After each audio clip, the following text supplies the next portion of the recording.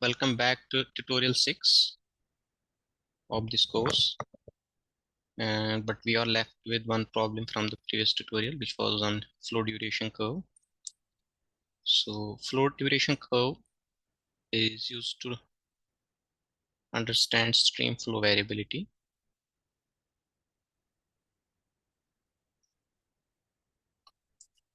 So it's actually a plot of discharge against the percentage of time the flow will exceed or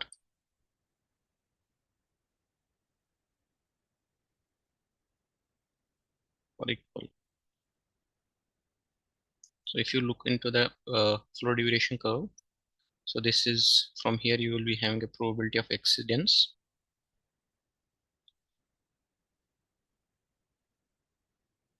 And from y-axis, from the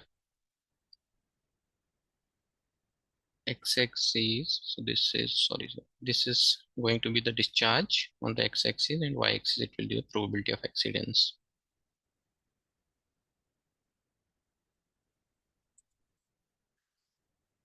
So how do we calculate this? Is, let's say we are given with the discharge data, annual or monthly or daily. So this is annual data we have. So the first step is to sort the data in descending order.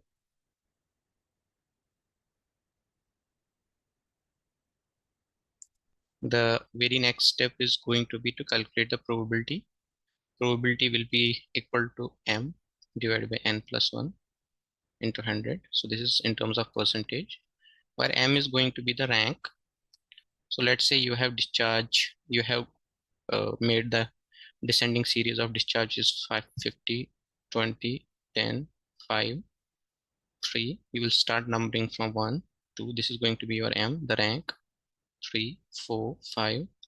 And now the percentage of probability will be 1 divided by capital N is the final rank or the total number of events.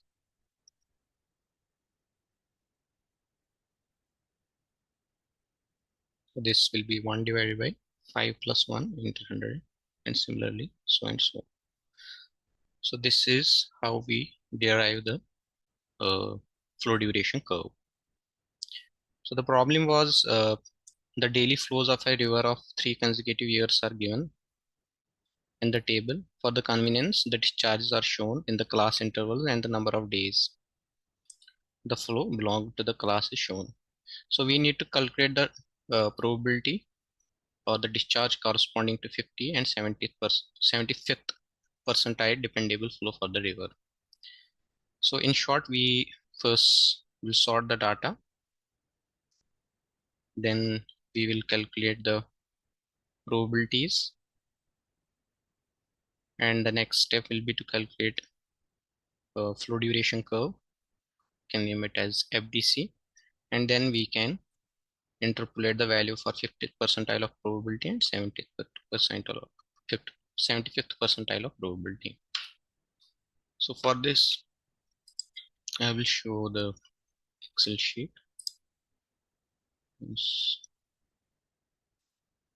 This is the problem that we have. I have calculated the mean discharge. So this is the mean discharge. The problem gives the interval discharge. You can take the upper limit plus lower limit divided by 2. So these are the values, and the corresponding number of days in each class interval is given for each year. So this is for 61, 62, similarly 62, 63, and then we have 63, 64. The first thing, and if you look into the mean discharge, so they are already in the descending order, that we don't have to do. And the thing we have to do is first to calculate the sum here, sum of days, which will be equal to B1 plus B2 plus C2 plus D2. And this is the number of days, total number of days for all the years. And now what we need to do is we can calculate the cumulative number of days. So this is going to be 62.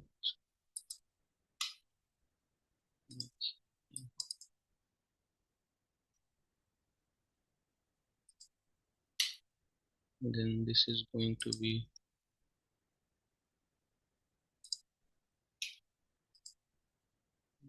drag it down. This is our rank, and then we can calculate the probability, which is rank divided by capital N is going to be 1096 plus 1.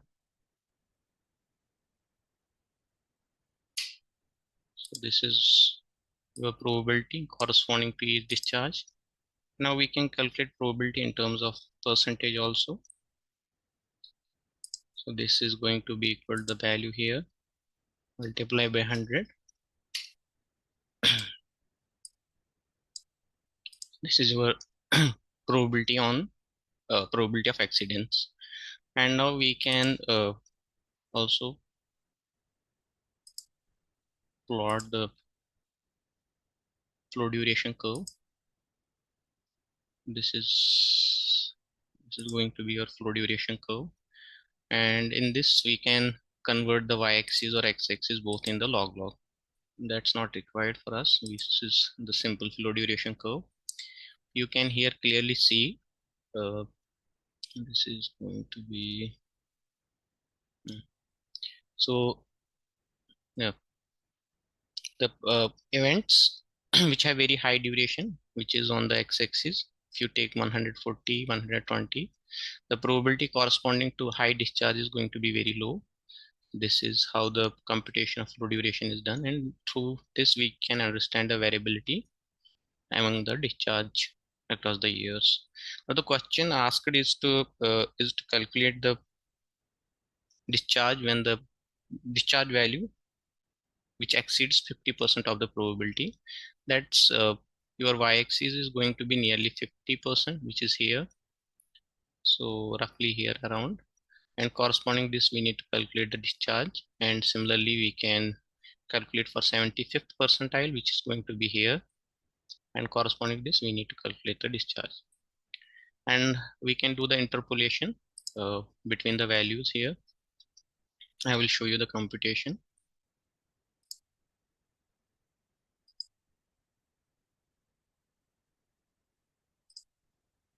So let's say, for example, what we have got is if we need 50 percentile discharge, then we can take the probability of 30 from the table, 39th percentile and 60th percentile. Between this 50 percentile will lie, and corresponding to 39th percentile from the table you have a discharge of 45 and meter cube per second, and similarly from here you can see that your value is 35 meter cube per second. So if you interpolate this between this, so y minus y1 is equal to y2 minus y1 upon x2 minus x1, x into x1. So the y minus, we can take this as an initial point, let's say 45. So this is going to be 35 minus 45, and this is 60 minus 39. Your x is here only, and the x1 will be going as 39th percentile. And now using this equation, we can put x is equal to 50 percentile and compute the value of y. And your y is going to be y corresponding to the 50 percentile exceedance is around 32 meter cube per second. And similarly, using the same equation, but again, now if you look, we need to calculate 75th percentile probability, discharge corresponding to the 75th percentile probability. And the 75th percentile probability will lie between 60.61 percentile, and it will lie between 76.229 percentile. And corresponding to the 60.61, you have 35 discharge meter cube per second, and 76 you have 27.5. Again, using the same equation, this is linear interpolation. So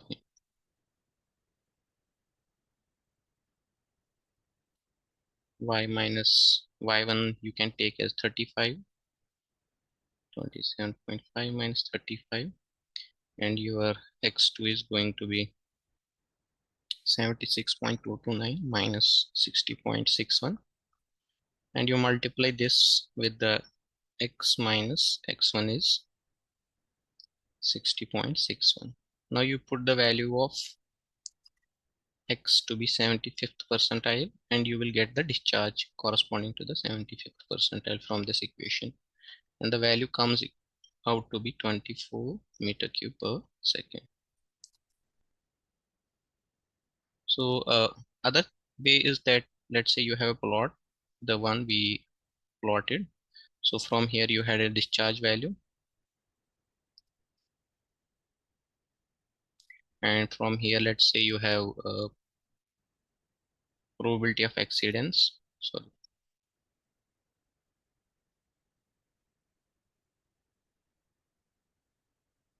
let's say this is normal plot, not a log plot. And now let's say, for example, this was your x-axis, this was around 70 percentile, and this was your 80th percentile. So you could have interpolated it from the graph also. Let's say this is your 75th percentile. You can note down the y-axis, and the y-axis will give you the discharge corresponding the 75th percentile. So this is the flow duration curve. And now coming back to the tutorial 6, which is hydrograph. So the lectures have already been posted, and we can start with the problems on hydrograph. I will give quick recap of what was in the lectures and what problems we are going to do. So the hydrograph is actually used to understand the variation of runoff with time at a particular point. So in a stream, mostly it's used in the stream. So we can write a variation of runoff with time at a particular point.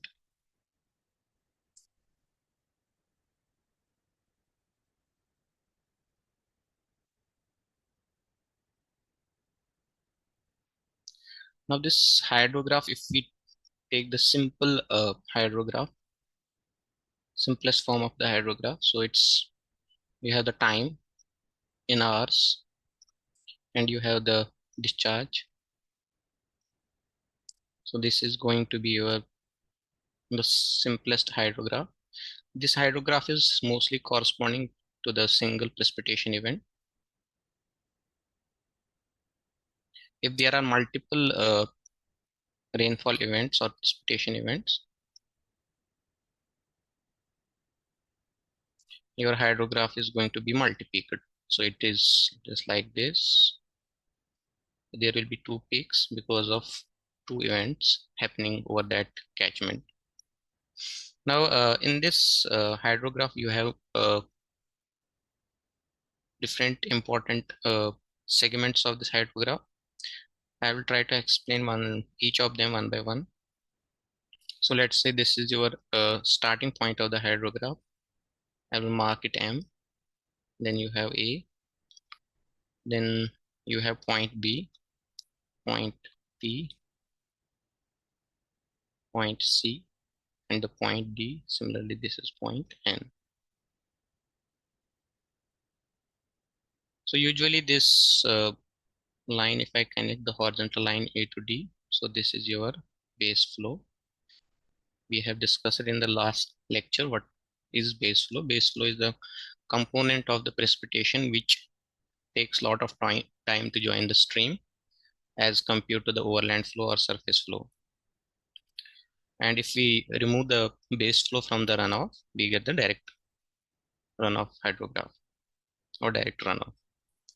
Now this MA from the curve, this is called, which I indicated here, A to D or MA. So this is usually base flow part. And if you look into the AB part, so in this part of the hydrograph, the discharge is increasing. So this is called a rising limb. And this is happening when the storm or the precipitation is occurring over the catchment, your runoff is going to increase. After this, there is BPC part, which is this part. So this is called the crest segment. This includes the peak discharge that's going to occur over the catchment. That's point P. Discharge corresponding to the point P. And B point and C point are called point of inflections. And you have CD, which is also called the recession curve.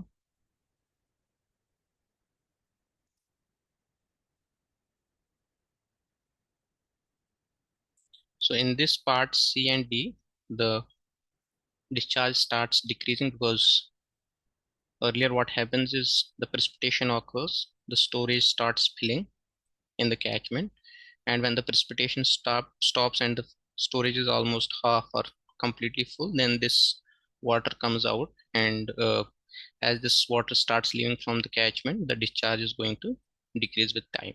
That's representing the by part of C to D. This is called the recession limb. So if I write this rising limb, there is an increase in discharge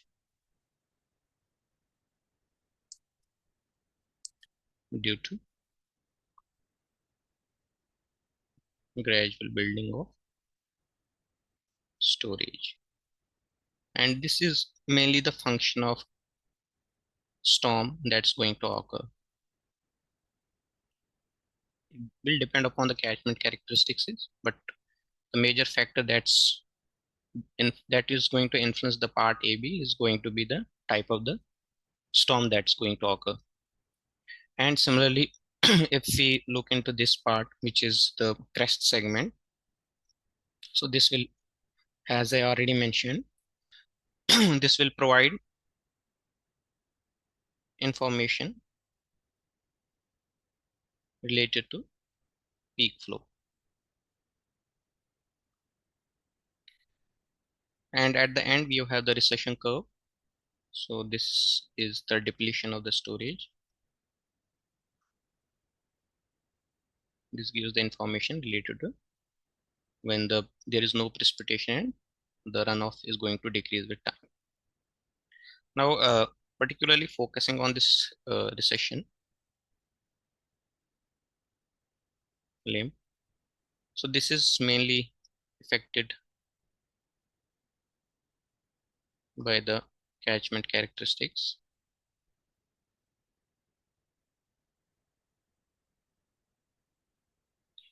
Not like the rising limb where the storm has major influence on its how it's going to increase and how by what amount it's going to increase.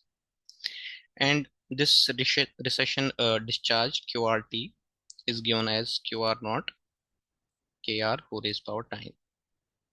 So this KR is called the recession constant.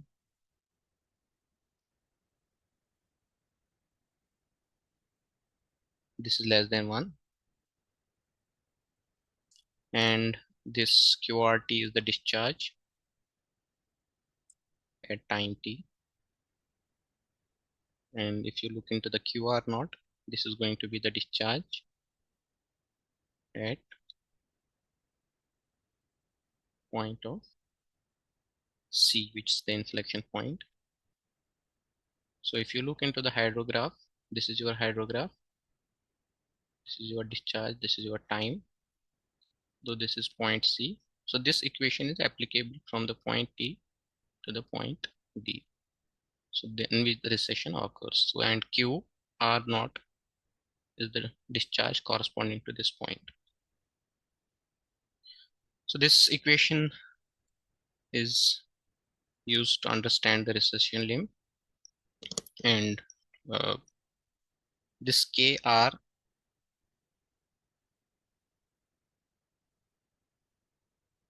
which is the recession constant.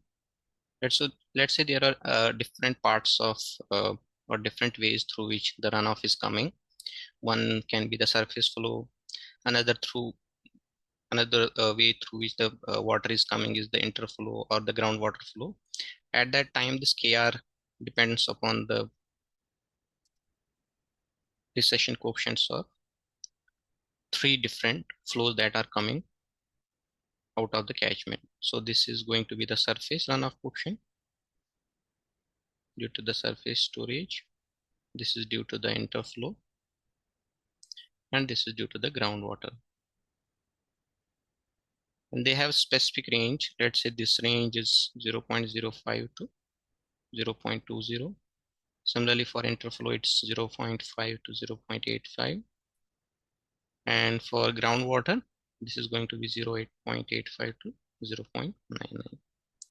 So the highest is corresponding to the groundwater, which is the slowest component in the runoff, whereas for the surface storage, which is very high, which reacts very quickly, the coefficient is going to be very low as compared to the other parts, which is groundwater and the interflow.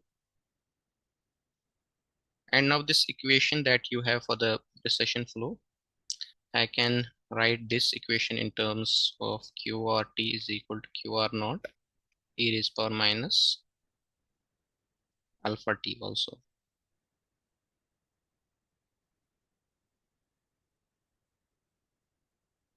Alpha T, where alpha you can write here as KR also. So you can write it as KR into T also. So this is same as the equation we have here. This is a different way to write it in terms of exponentials. And now the question is, let's say we are doing this problem on the recession flow.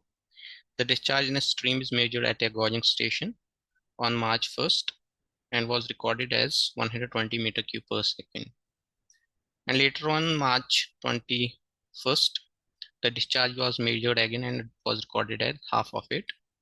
Also, there was no rainfall in the catchment after February 13. We need to estimate the recession coefficient, which is Kr, and we can estimate then Qr for the 1st April. The equation you have already is QRT is equal to QR naught Kr 4 raised power T. Now, if you look into this diagram of what is actually happening in the catchment, so let's say this is your February 13. At this moment, the discharge is going to be 0. Let's say this is 0. We can say this is some minus here. And now this point C, this is where the recession starts. And this is somewhat 1st March. This is 21st March. And this is 1st April. You can take the number of days from 13th Feb to 1st March. Let's say the point up to point C. We don't know where the exact date of C, we can mark it as X. We don't have any issue with that. And now let's say we calculate Q of, so the March 1st, from the Feb 13 to March 1st, we have around 16 days. And similarly from here to here, we have 47.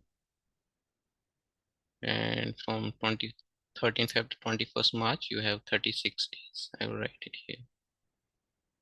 Okay, here.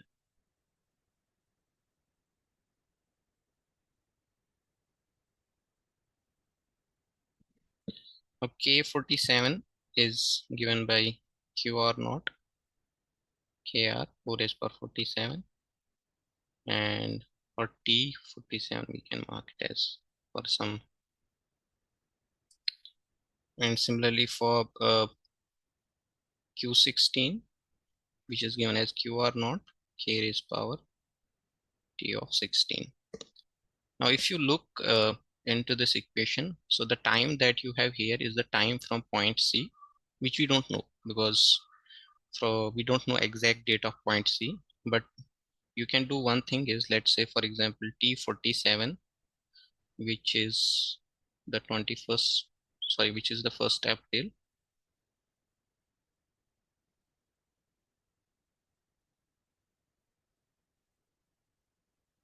Yeah, this is the 1st April. So if we need to, 47 is the time from this point to this point, and if we need to calculate it from C, we have to minus x from it, which will be the 47 minus x.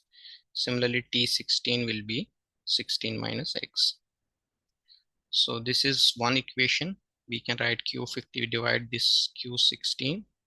This will come as QR naught into KR T raised power 47 upon KR T raised power 16. So this will go, and you have KR T raised power 47 minus T raised power 16. If you replace the values, this will be KR 47 minus x minus 16 minus x, which will be KR 4 raised power. So this is going to be 31. So this is Q47 upon Q16. So this is going to be one of our equation. Here what is unknown to us is Q47, which we need to calculate, and also KR. So first we will calculate the KR. So for KR, what we are going to do, we know Q16, we know Q36. So we can do one thing is we calculate Q16 upon Q36, which is again Q R naught K T raised power 16 Q R naught K raised power 36. Now we know T16 will be 16 minus x, and T36 will be 36 minus x. So this will be Q16 upon Q36 is equal to, this will go Q T raised power 16 minus T raised power 36, sorry, T of 36. So we can replace the values. This is going to be 16 minus x minus 36 minus x. So this is K raised power minus 20, and Q16, you know its value. Q16 is given as 120 and Q36 is given in the problem 60. So this is 16 and Q36. We can put the values. So this is going to be 120 divided by 60, K raised power minus 20. This is going to be 2. And if you calculate the value of K, so this is going to be 2, 4 raised power 1 by 20, which comes nearly 0.966 per day, since calculation is done on the daily time scale. Now the important thing is in the second part of the problem, where we are asked to compute the expected stream discharge on 1st April. So what we are going to do is we are going to use this equation, which is Q47 upon Q16, and we got equal to Q KR 4 raised power 31. Now Q47 can be written as Q16 KR 4 raised power 31. Q16 we know it's 120, and KR we calculated it as 0.966 4 raised power 31. If you do the computation, it will be roughly equal to 41.22 meter cube per second. So this is going to be the discharge for this problem. Any doubts here?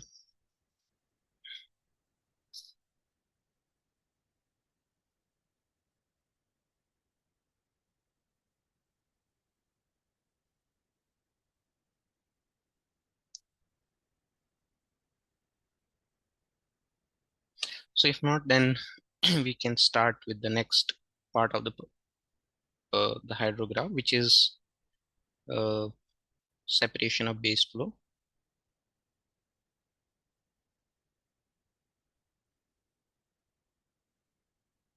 So let's say you are given the discharge curve. This is your discharge curve or the hydrograph. And now let's say this discharge curve represents both the base flow component plus the direct runoff component.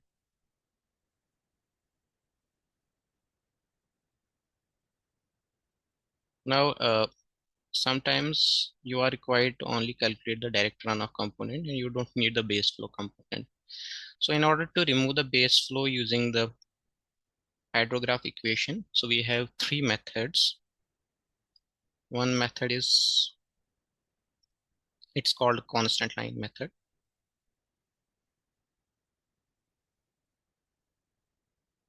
So in this method, what we do is we take the point A that already we explained in the previous methodology, and let's say this is point B. And now what we are going to do is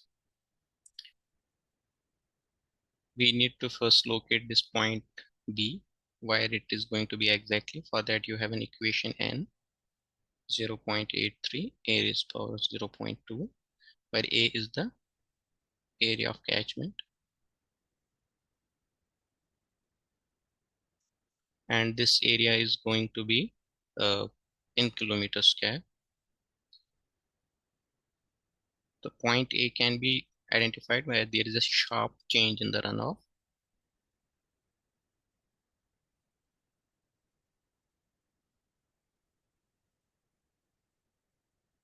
And after this, let's say point B comes here using the equation this, and A we have identified.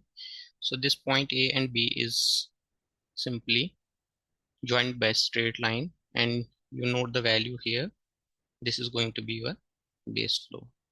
So this is the simplest one. The other method is the two line method. Two line method. So in this method, what we do is we use two lines to remove the base flow. I can show here. Let's say point A is being identified, point B is also being identified.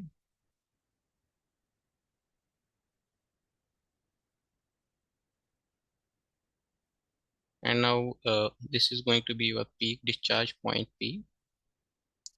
So what we do is we extend this line MA forwards. It connects here. And similarly from MA, we connect this line with the point B. So there are two lines A. Let's say I call this line point M or O. So this is AO, sorry, and BO. So these two lines are used to remove the base flow. And the last method that we have is the third method, which is curve extension method.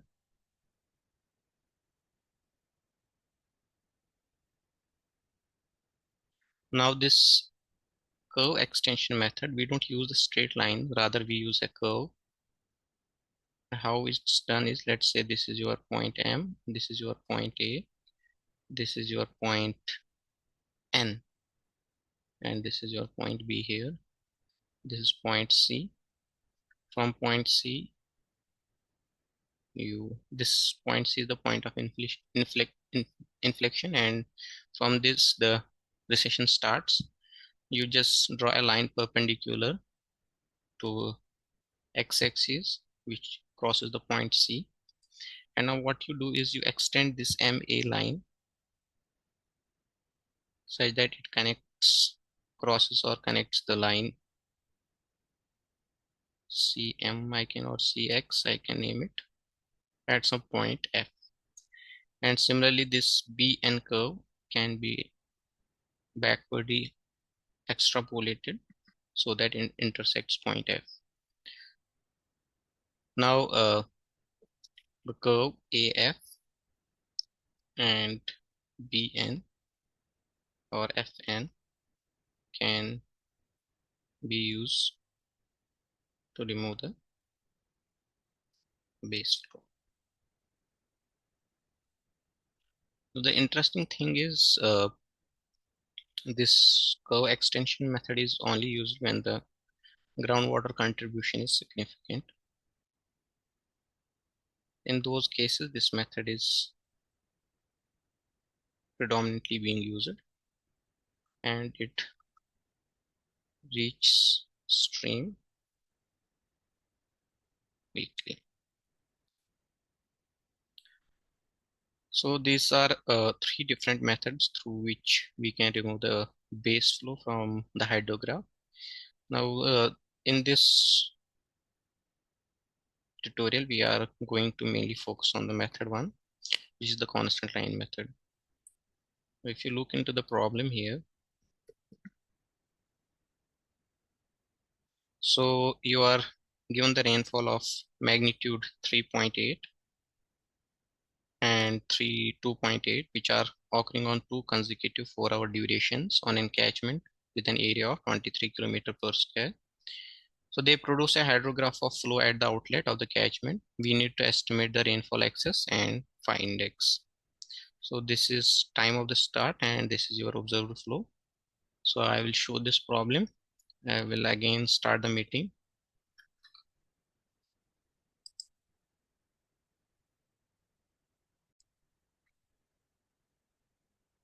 So welcome back. We were on the problem 2.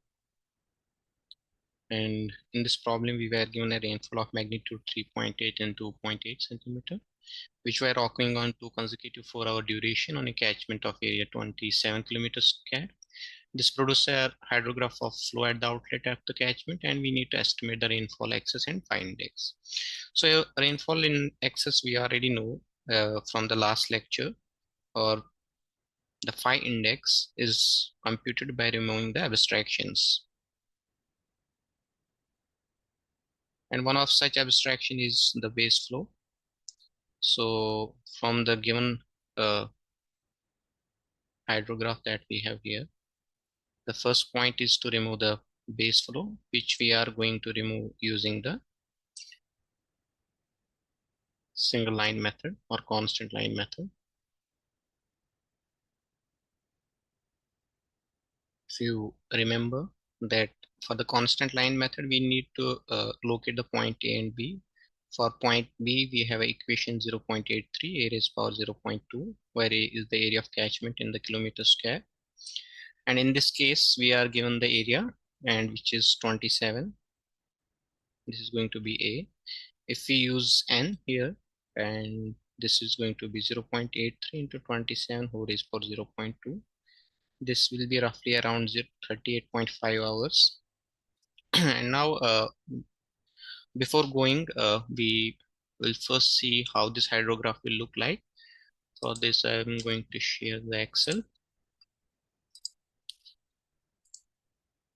This is so this is the time and this is the flow that we are given in the problem. And if we plot this, so this is going to be our hydrograph. And if you look clearly, so the base flow, the discharge becomes constant from the point here, which is around 48, when the time is 48 hours. And also the second important point is that to locate point A. So if you see here, there's a sudden change in here, which is at point T is equal to 0. After this, the discharge is starting increasing. And now if you look closely, the N we calculated in the equation was around at 38.5 hours. The direct hydrograph starts at T is equal to 0, because at this point we are going to draw a straight line, and this peaks around at t is equal to 12 hours. So this is at 12,26 coordinate, and it ends at around 48 hours. So we can calculate n by simply using t equal to 48 minus t equal to 12. That's going the time difference between this point and this point, so which is nearly 36 hours. And we can assume then from this point to this point visually also, the this is going to be our base flow, which is at 5. So if I write here as base flow, I can take it as 5 units. So we are not interested before time t is equal to 0, which is minus 6. So I can take it as 5 and can drag it down. So your runoff is going to be the flow minus base flow, and if you drag it down, so this negative is not possible, you can make it as 0, and similarly this is going to be 0. So this is going to be your actual direct runoff in meter cube per second. So the contributing time is between 6 t is equal to 6 to t is equal to 42. And now to calculate total direct runoff, we need to calculate the area between t equal to 6 and t equal to 42. I will share the screen again. So if you look clearly, so this is your hydrograph. Sorry, and this is your base flow,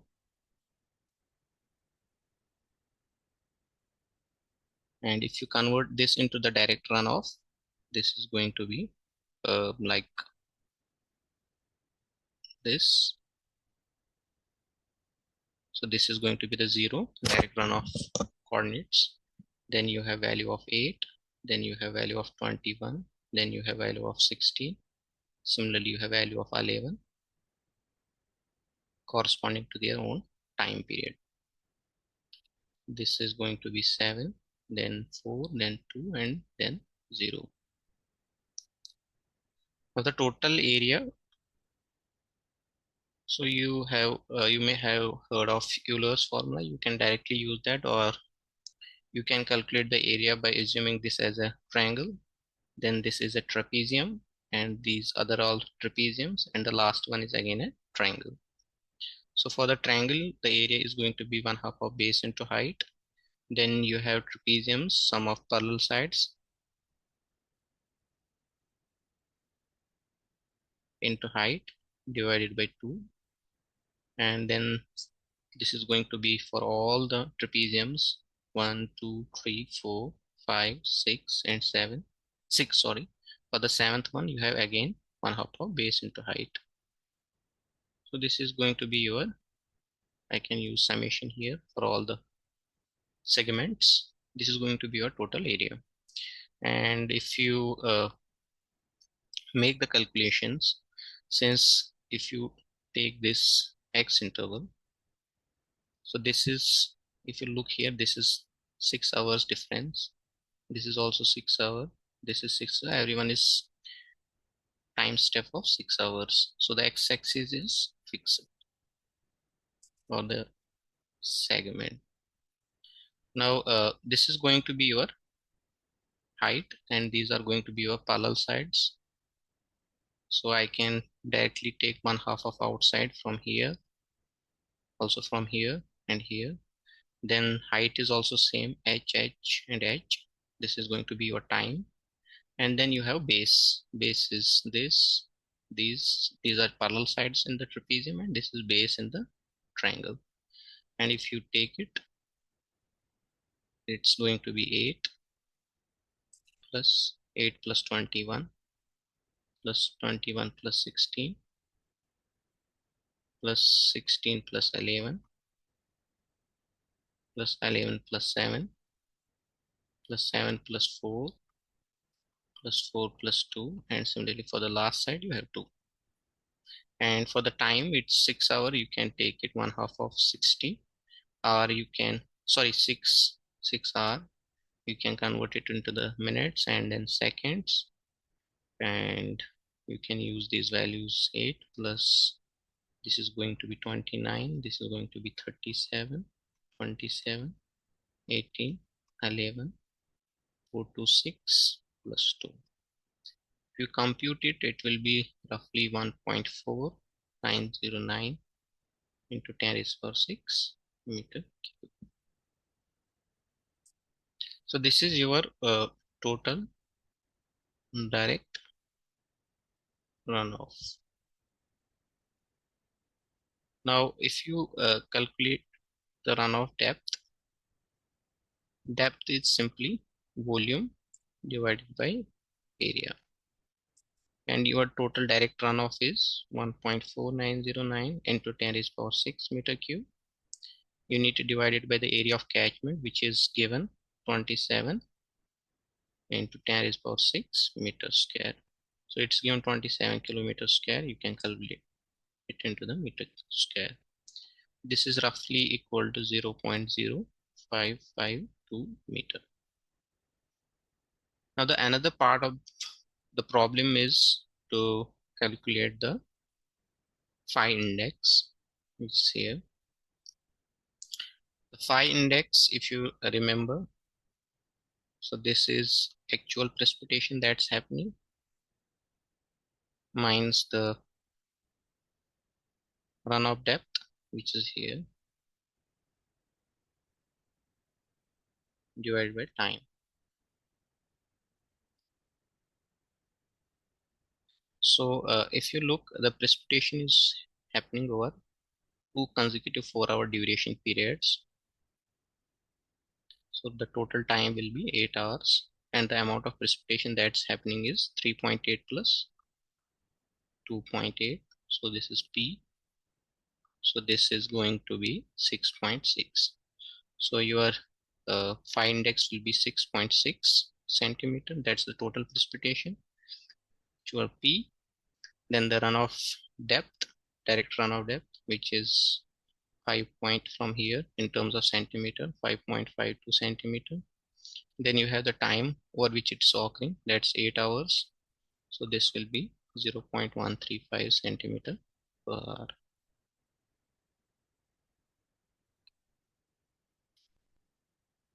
So this problem was actually how we do remove the base flow, and then how we can calculate the phi index.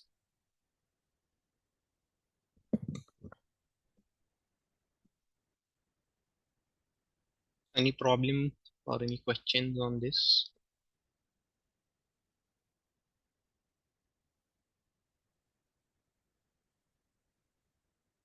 So if not, then we can move to the next problem, which is on effective rainfall.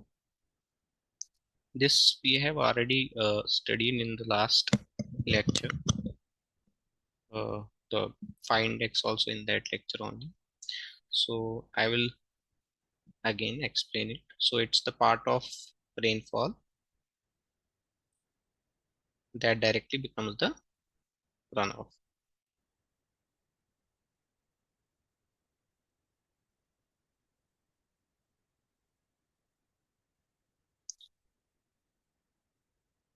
So in other terms, we can say that effective rainfall ER is the part of rainfall.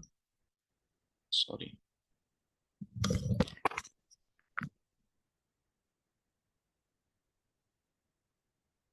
So ER, it neither infiltrates nor is retained by the land surface. So it directly comes as a runoff to the stream. So we have calculated the direct runoff hydrograph or direct runoff from the hydrographs. So this effective rainfall and direct runoff hydrograph is same. The only difference between this is the units. So this is in mm or centimeter or meter, while this is going to be in meter cube per second, centimeter cube per second, or it can be in kilometer cube per second. So the problem that we have on this is there is a storm over a catchment of area 5 kilometers square that has a duration of 14 hours. The mass curve of the rainfall of the storm is as follows. So mass curve, it's going to be the accumulated rainfall over time. So this is phi index. If the phi index of the catchment is given, we need to determine the effective rainfall heliograph and also the volume of direct runoff. So if we are going to calculate this, we can compute this directly by multiplying by area and dividing by time. So if I'm right here, the area is 5 kilometers square. The phi is given as 0.4 centimeter per hour, and we need to calculate the total effective rainfall. For this, I will share the Excel.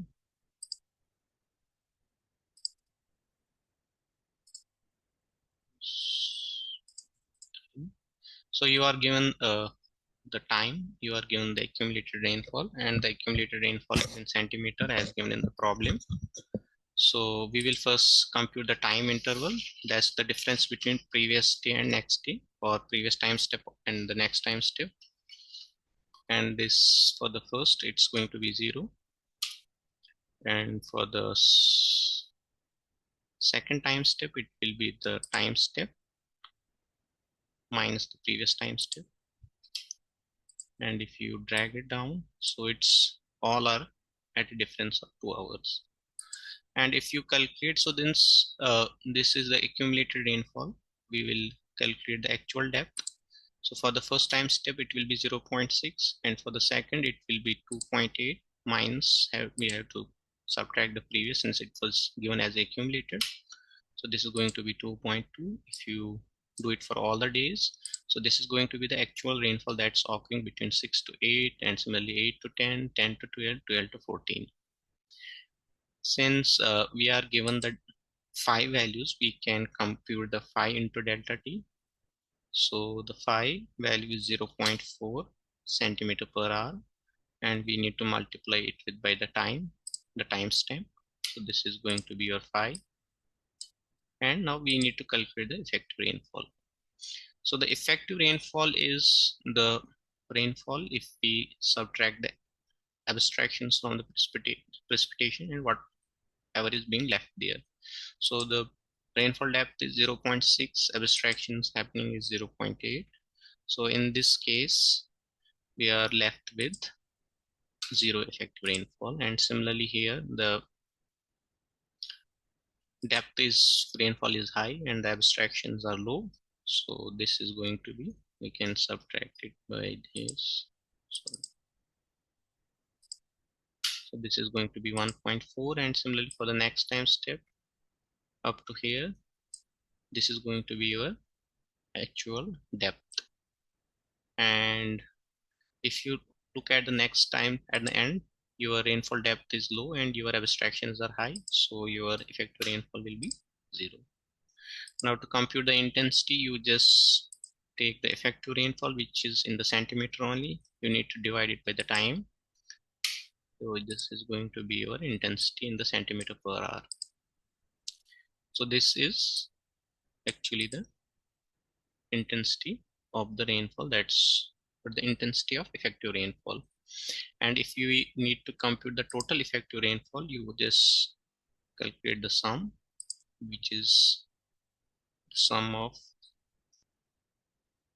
these all. So this is going to be your total effective rainfall. But this is intensity again, this is in 2.3 centimeter per hour.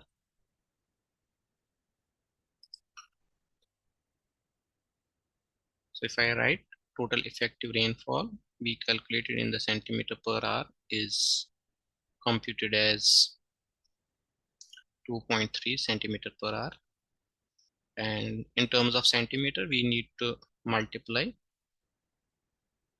by times 10, which is delta t is 2 hours in this case. So this will be 2.3 centimeter per hour into 2 hours, which will be equal to 4.6 centimeter. But if you look, we need to calculate in this problem is the volume of direct runoff from the catchment. So volume of direct runoff will be equal to the total effective rainfall. Since the direct runoff and the effective rainfall represent the same thing, only difference is in the quantities, sorry, in the units. So what extra we need to do is to, if we need this in the meter cube, then we need to multiply it with the area of catchment, and the area of catchment is equal to 5 kilometers square. This can be written as 5 into 10,000 square. This will be in the meter square. This will be 5 into 10 is per 6 meters square. So the volume of direct runoff in meter cube will be the total effective rainfall, which is 4.6 centimeter, into the area, which is 5 into 10 is per 6 meters square. So you can write this in terms of meter by dividing 1000. So this will be roughly equal to 23000 meter cube. So this is going to be your total volume of the direct runoff. So any questions on this problem?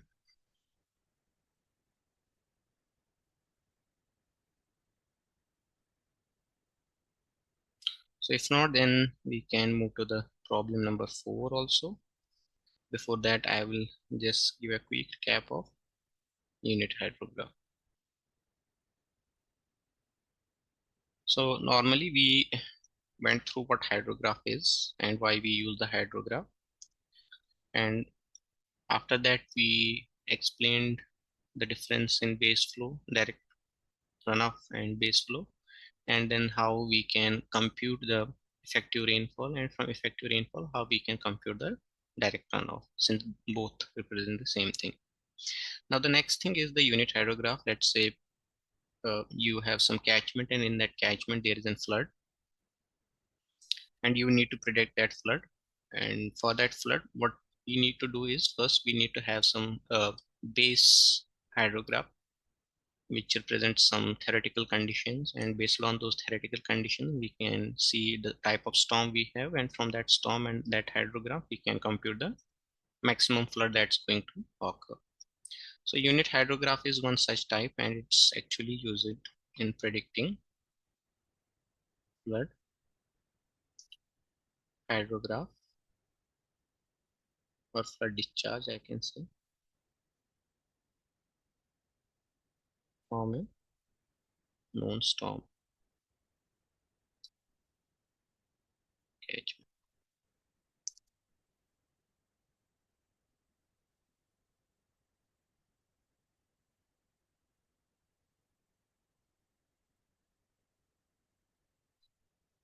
Now how it's defined is, it's defined as hydrograph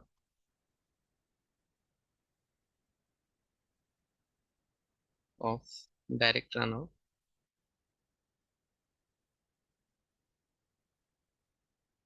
resulting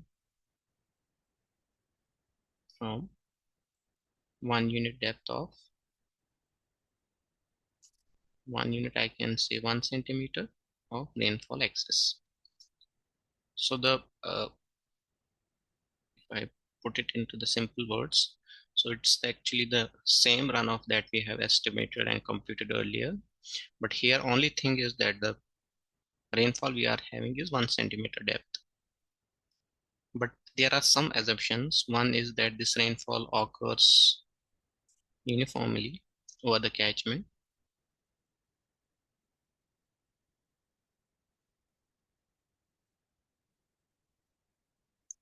And the second thing, it occurs at a uniform rate also.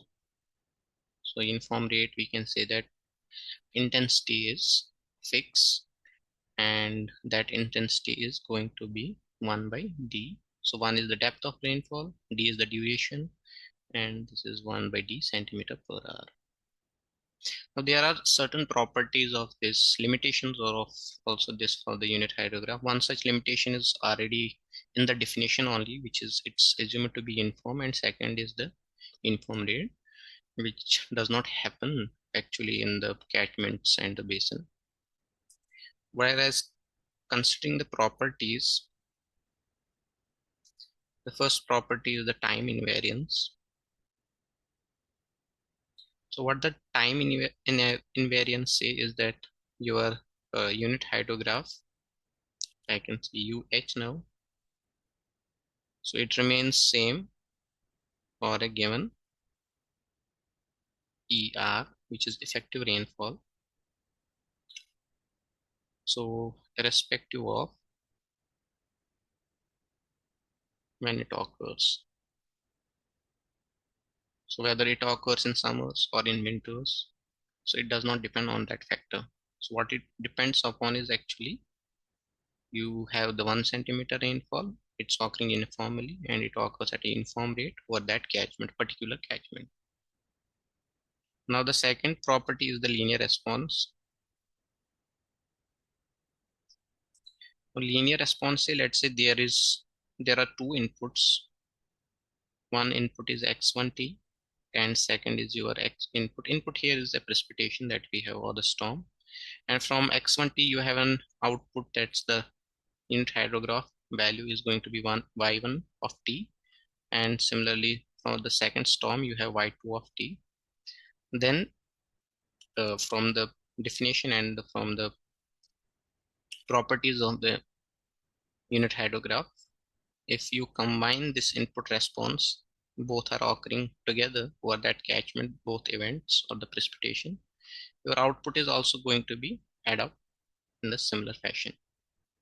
Also, you can write in this way also, if you have precipitation event x2 and your output was y2 of t, or if you replace x2t by r times of x2t, your y2 of t is also going to be replaced with r times of y2 of t.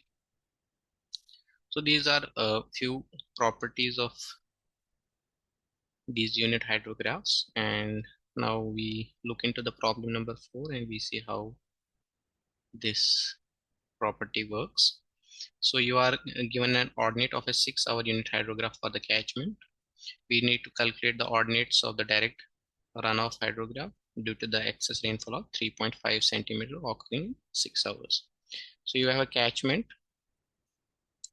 in which unit hydrograph coordinates are given. So we know this unit hydrograph is corresponding to 1 centimeter of effective rainfall. And now the thing is that there is a storm happening. This is given, the unit hydrograph is given here, but there is a storm that's occurring whose rainfall x is 3.5 centimeter and the duration d is 6 hours. And now we need to say, or we need to calculate is the coordinates of the direct runoff hydrograph using this unit hydrograph and excess rainfall and the duration. So for this, we have learned that, let's say for example, if you have a input of x of t, your corresponding output is y of t. If you multiply x the input by r, your y is also getting to be multiplied by r. So r is actually a storm or the magnitude of the storm. Here the r is 1 earlier, which represents the unit hydrograph.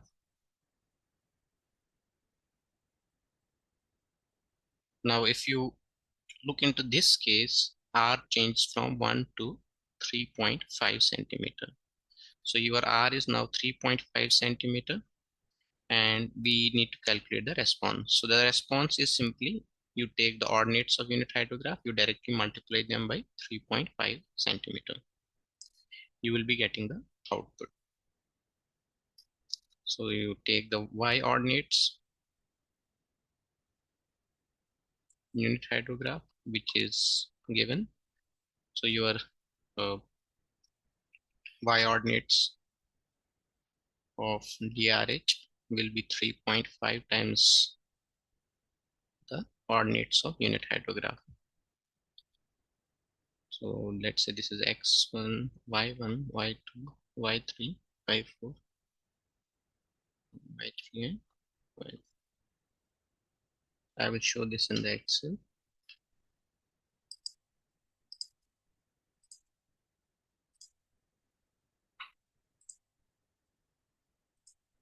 So let's say this is your time. This is your unit hydrograph. You need to compute the ordinates of 3.5. You just directly take the unit hydrograph, multiply it with the 3.5. This is going to be your ordinates of unit hydrograph. Drag it down. So these are the values. And if you need to compute the total runoff, direct runoff, so this is going to be the sum of these values. This is 3657.5 meter cube per second. So these values are in meter cube per second.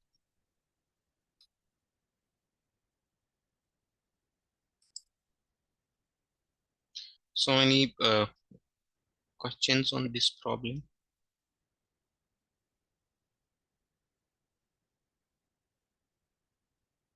If not, then we can work with the problem 5. This is a similar problem. Only the thing is that here the two storms of each 6-hour duration having a rainfall excess value of 2 centimeter respectively, which occurs successively.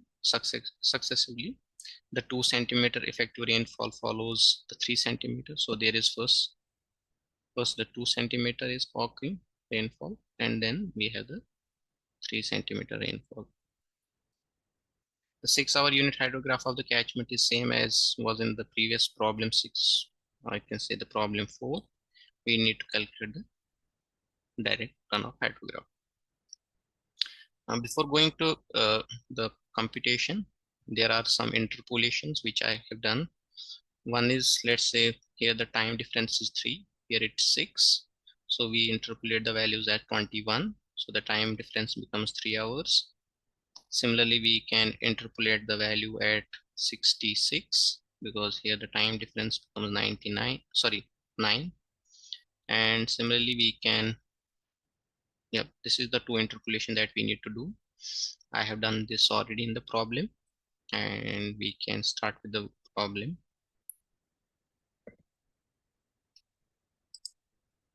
I will share the screen again. So this is problem 5. So the ordinates of 3 centimeters. So the 3 centimeter rainfall occurs for 6 duration. So this occurs first. So the 3 centimeter is, you take the unit hydrograph, you multiply it with the effective rainfall, that's 3 centimeter. So this is going to be your runoff, direct runoff from the 3 centimeter precipitation event. Now the second thing is that the 2 centimeter occurs after the timestamp 6. So you take here, and this is going to be a lag of 6 hours, and then you have to multiply it with the precipitation, the effective rainfall, that's 2 centimeters. If you drag it down, so this is the direct runoff from 2 centimeter rainfall, which occurs at a lag of 6. Now you need to calculate the total direct runoff. which is the ordinates of 3 centimeter plus the ordinates of 2 centimeter.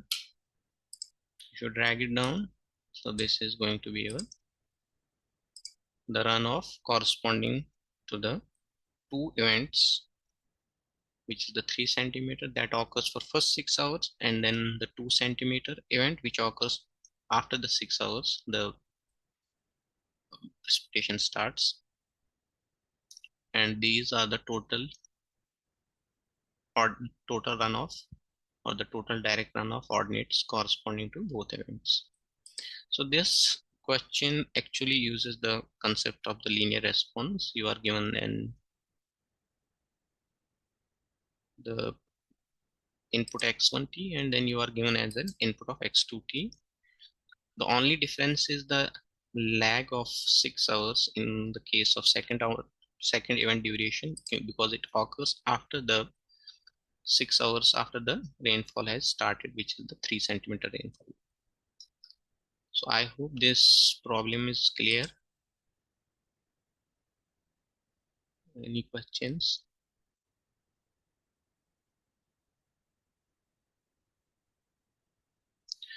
So if not, then I will explain the lag application of which we did the problem. I can just put it or unit hydrograph. So the application is directly to estimate DRH of catchment. And how we can do is, now let's say you have this is your unit hydrograph. This is your coordinate of unit hydrograph u of t at some time t. Let's say the duration is time step is d, and your rainfall event is occurring. Let's say this is r1, r2, r3, r4. They also have the similar duration, d duration. Seems to be different, but it's d. And now we need to calculate the direct runoff at u of t from the different precipitation events happening over the catchment. So we will first calculate the direct runoff due to r1, the precipitation event r1 at time t. So this is going to be q1 r1 into u of t. This is through the linear response that we have early read. And similarly, we can calculate the direct runoff due to r2 at time t. This is going to be q2, which is going to be r2 into u of t, sorry, t minus d. So this is the lag that we used in the previous problem, d lag. And now again, let's say you can do it for ith uh, ith precipitation event. So I can calculate the direct runoff due to ri at time t. So this can be represented as qi ri into u of t minus I minus 1 into d. This is the lag. And then to calculate the direct runoff ordinate q of t at this time t from the multiple storms, you can directly sum up these ordinates from I to m. Let's say we have m precipitation events, and this can you write as I by m ri into u t minus I minus 1 into d. So this is the application of unit hydrograph. We can calculate the direct runoff from the multiple storms occurring over the catchment at some lag happening of particular duration that are happening over the catchment. Now we are left with one problem. We can do this in the next tutorial. If you have any questions on this tutorial or in these problems, you can ask me. If not, then I'm going to stop the meeting. Thank you, everyone.